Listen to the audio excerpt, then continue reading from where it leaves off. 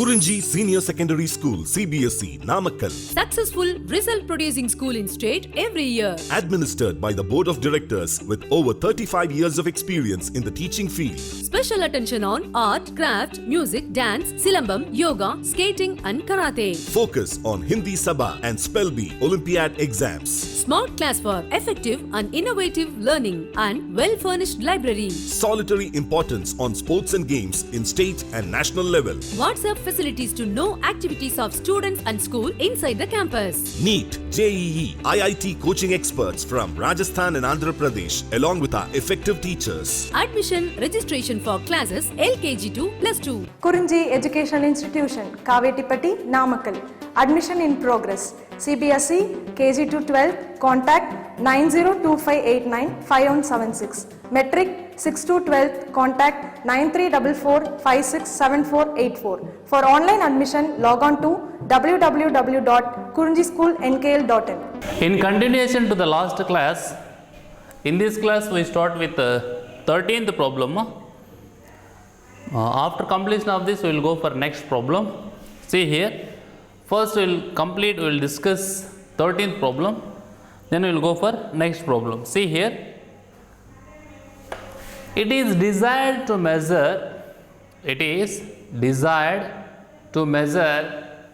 the magnitude of field between the poles of a powerful loudspeaker magnet. It is desired to measure the magnitude of field between the poles of a powerful loudspeaker magnet. Full stop. A small fact, right? A small flat search coil of area 2.0 per square centimeter with 25 closely wounds, right? See this. So closely wound turns is positioned normal to the field direction, and then quickly snatched out of the field region, right?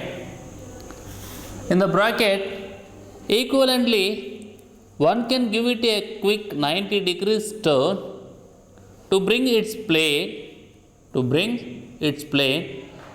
parallel to the field direction. Okay, right. So that is what they have given in the bracket. So that is the information given in the bracket also important for us. Okay. It is desired, you please try to understand the question clearly. It is desired to measure the magnitude of field between the poles of a powerful loudspeaker magnet. Full stop. A small flat search coil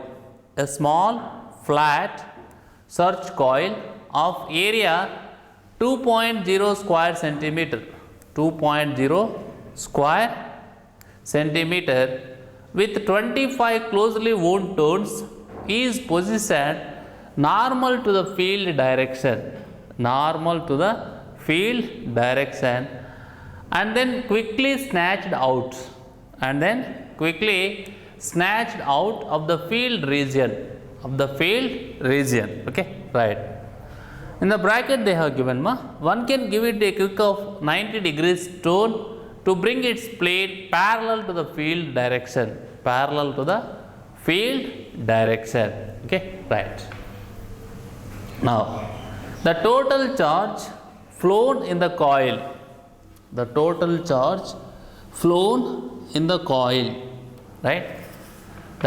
charge flown in the coil in the bracket measured by a ballistic galvanometer connected to the coil.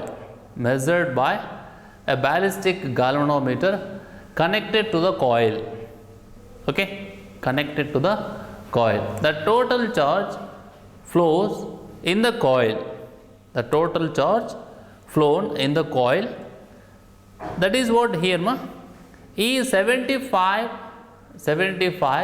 millicoulombs. That is what here they have given. Observe carefully, millicoulombs, full stop. The resistance of the coil and the galvanometer is 0.5 ohms. 0.5 ohms. Estimate the field strength of the magnet. Estimate the field strength of the magnet. Okay, right. So finally we have to calculate, we have to estimate the field strength of the magnet. For this, what are the things they have given? Right? What are the things they have given? So that is what charge given, and area of the coil also given, and number of turns given, and resistance also given. After completion of this, before this, what before all the quantities what they have given, we also identify change in flux. We also need to identify the change in flux. That is what phi 1 is equal to BA and phi 2 is equal to 0.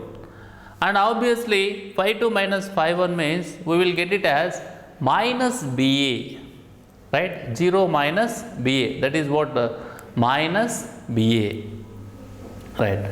So according to the question, if you observe carefully, first initially he is desired to measure the magnitude of the field between the poles of a powerful loudspeaker magnet. Regarding this, a small flat search coil of area 2 square centimeter with 25 closely wound turns is positioned normal to the field direction and then quickly snatched out of the field region. Okay. Now equivalently, one can give it a quick of 90 degrees turn to bring its plane parallel to the field direction. It's okay, it is what they have given about the position and quick. The total charge flown in the coil is 7.5 millicoulomb. It is what measured by using ballistic galvanometer connected to the coil, right? The resistance of the coil and the galvanometer is the resistance of the coil and the galvanometer is 0.50 ohms, right? Estimate the field strength of the magnet. Okay, now see the answer. Phi 1 is equal to BA and phi 2 is equal to 0. So what is the induced EMF? Induced EMF epsilon is equal to minus n into d phi by dt, right? Here minus n into phi 2 minus phi 1 divided by t, that is equal to minus n into 0 minus BA. It is what 0, it is what BA, 0 minus BA divided by t, that is equal to NBA by t, NBA by t, right? R, OR. So that is what we can write. It is IR is equal to, V is equal to IR formula is there now, Ohm's law. So here in place of induced EMF we are writing IR. IR is equal to NBA by t, or in place of I can write Q by T, that is what the ratio of charge to the time. So Q by T into R. So TT will get cancelled. Q into R, that is equal to NBA, R over R. B is equal to, capital B is equal to QR by NA, QR by N into A. Okay, right, next. So now we are writing all the given quantities, right? So directly you can substitute because the formula B is equal to QR by NA. So B is equal to, that is what just we are writing Q value, that is 7.5 millicoulomb.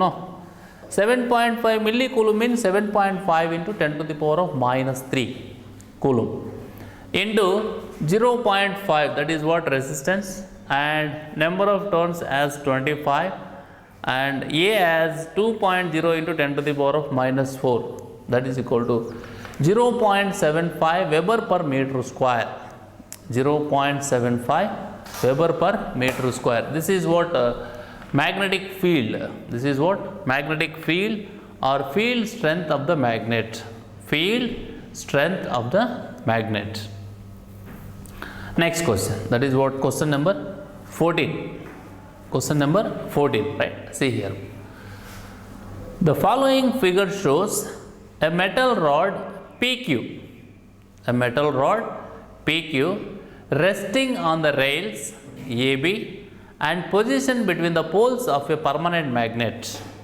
First you try to understand the question. Okay, it is what the following figure shows a metal rod PQ. This is the metal rod, which is what P end, which is what Q end. I didn't write here, but it is PQ. PQ resting on the rails AB. So AB.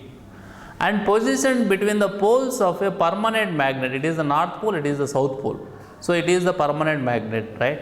So he kept, this is what he kept the rod PQ between the two poles of a permanent magnet, right? Full stop. The rails, comma the rod. So the rails means these two, comma rod and the magnetic field are in three mutually perpendicular directions. Mutually perpendicular directions. Full stop. A galvanometer G connects the rails. A galvanometer G connects the rails through a switch K. A galvanometer G connects the rails through a switch K. Length of the rod, okay, right, through a switch K. That is what he is saying. A galvanometer G connects the rails through a switch K. Right, length of the rod is equal to 15 centimeters, comma, magnetic field B is 0.5 Tesla. 0.5 Tesla. Next, resistance of the closed loop containing the rod. Resistance of the closed loop containing the rod is equal to 9 milliohms. 9 milliohms. That is what 9 into 10 to the power of minus 3 ohms. Assume the field to be uniform, right? Assume the field to be uniform. So whatever the field is present here, that is uniform field. Uniform field. Okay, right. Now, there are many things that we have to answer from A to G. So, A, B, C, D, E, F, G. Okay. So, there are 7 things we have to answer, and one by one I will explain you, right? One by one I will explain you. So, first I will give you the question and then I will go for answer. Not at a time, one by one. First we will finish A, then I will go for B, like that. Okay? Right. See here. First A.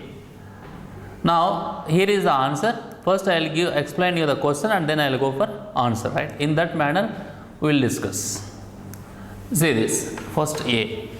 Suppose K is open and the rod moves with a speed of 12 centimeters per second in the direction shown.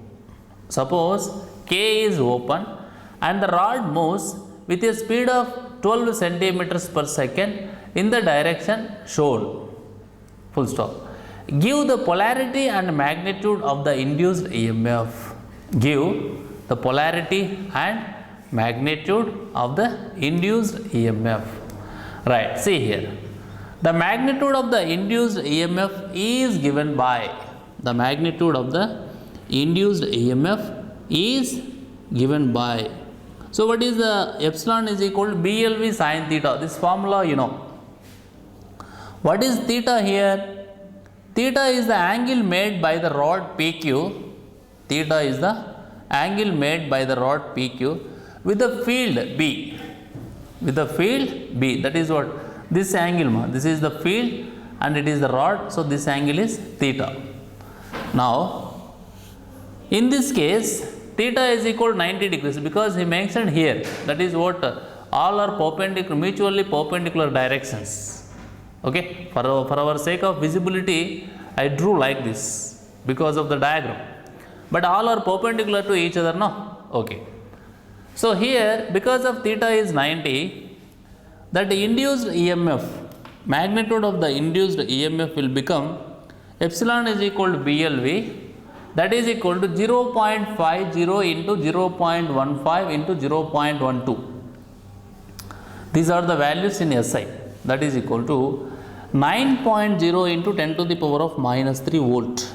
9.0 into 10 to the power of minus 3 volt, that is equal to 9 millivolt. 9 millivolt, right. Here he is also asking, give the polarity and magnitude of the induced EMF, right. Magnitude of the induced EMF over, that is 9 millivolt. But what about the polarity? Okay, I didn't write here, but I am saying, you please be concentrate. As the conductor PQ moves in the direction shown, as the conductor PQ moves in the direction shown or given, the free electrons in it experience magnetic Lorentz force. The free electrons in it experience magnetic Lorentz force. Full stop. By Fleming's left hand rule, the electrons move from the end P towards the end Q. By Fleming's left hand rule, the electrons move from the end P towards the end Q. From the end P towards the end Q. Full stop. Deficiency of electrons makes the end P positive. Deficiency of the electrons makes, I didn't write here, but I am saying, deficiency of electrons makes the end P positive, and the excess electrons makes the Q negative. So P will become positive, Q will become negative because of this deficiency of electrons and excess of electrons. Okay.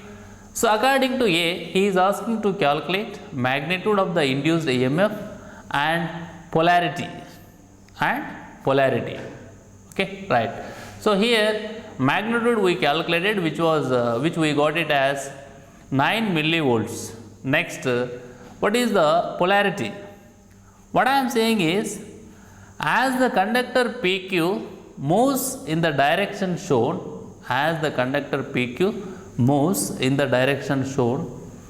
the free electrons in it experience a magnetic Lorentz force. Full stop. By Fleming's left hand rule, the electrons move from the end P towards the end Q.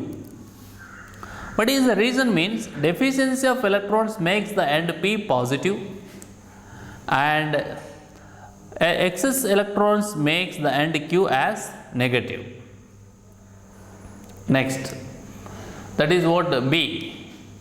See here, is there an excess charge built up at the ends of the rods when key is open? Is there an excess charge built up at the ends of the rods when K is open? What if K is closed?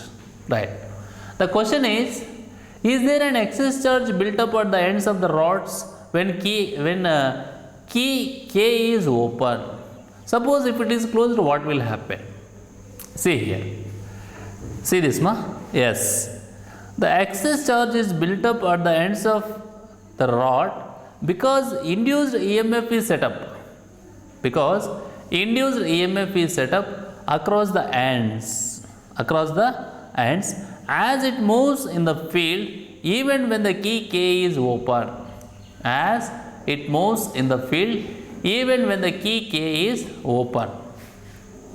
Right? See here.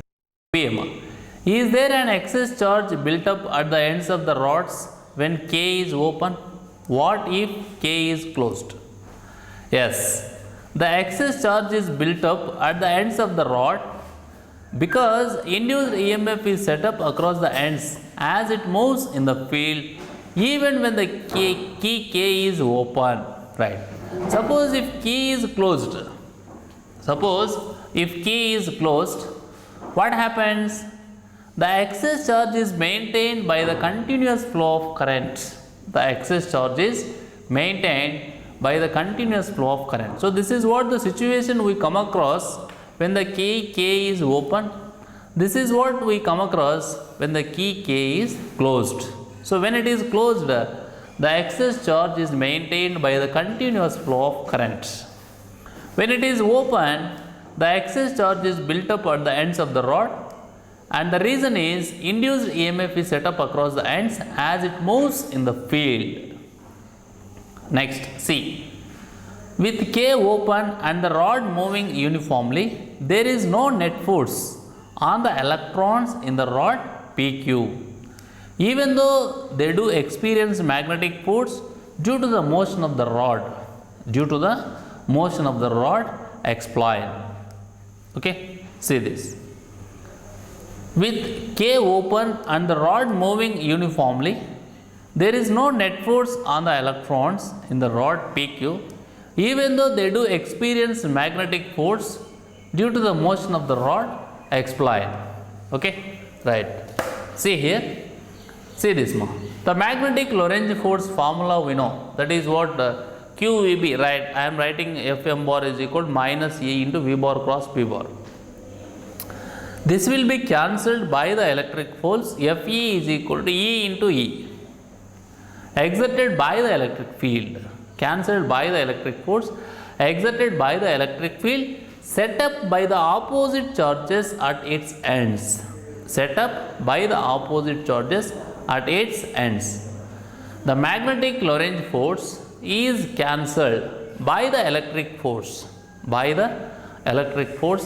exerted by the electric field set up by the opposite charges at its ends. That is what he is giving the reason or explanation for this thing to happen, for this thing to be happen. That is what even when the key is open, the rod moving uniformly, there is no net force on the electrons in the rod, even though they do experience magnetic force. Means the reason is the magnetic Lorentz force is cancelled by the electric force in the electric field set up by the opposite charges at its ends. Right, next one. D. See here. What is the retarding force on the rod when K is closed? What is the retarding force on the rod when K is closed? Right. So, what is the retarding force? See here. So, first we have to calculate induced current here. That is what we know. What is R? That is 9 milliohms. They have given 9 into 10 to the power of minus 3. And afterwards, what is R? Also given. That is what 9 millivolt. That we calculated here 9 millivolt. So, induced current will get it as 1 ampere. Next, retarding force on the rod is, that is F is equal to ILB formula, and substitute the values, that is what I value and L value and B value, then we will get it as 75 into 10 to the power of minus 3 Newton. 75 into 10 to the power of minus 3 Newton. That is what retarding force on the rod. Next, E. See here. So, what I am saying is here, regarding the E, how much power is required? To keep the rod moving at the same speed when K is closed? How much power is required when K is open? See this. So, how much power is required to keep the rod moving at the same speed when K is closed? By external agent. That is what speed given, 12 centimeters per second. And how much power is required when K is open? Means, see this. First, what I am saying is, power expended by external agent against the retarding force F to keep the rod moving uniformly at 12 centimeters per second. That he is asking. The formula is force into velocity, and you have to substitute the values, force value and velocity value already given. Finally, power we are getting 9 into 10 to the power of minus 3 watts. Right. Next, he is asking what is the power dissipated. Next, how much power is dissipated as heat in the closed circuit?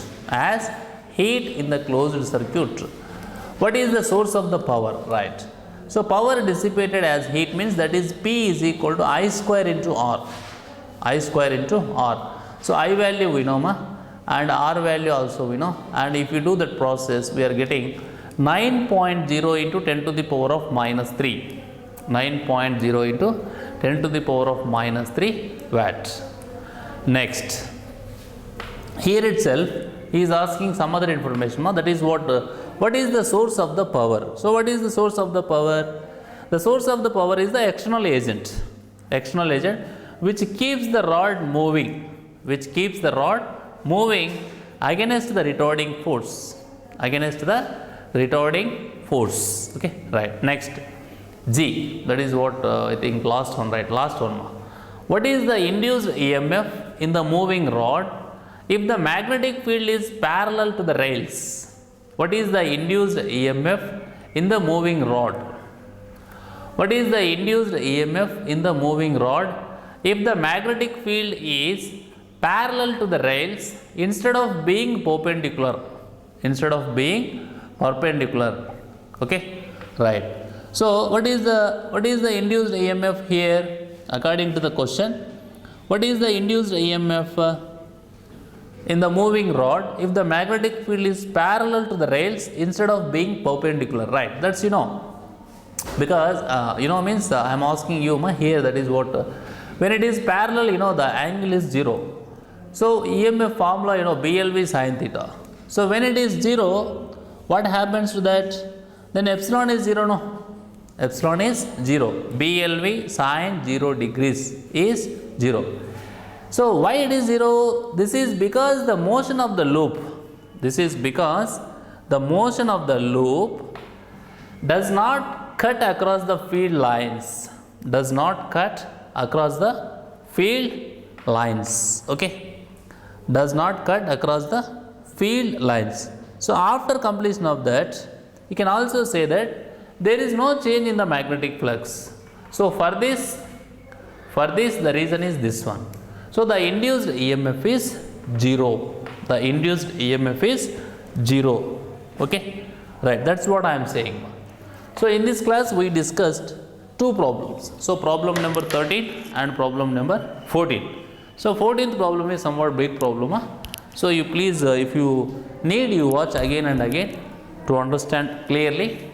But 14th problem is important problem. It covers most of the entire, most of the information, right?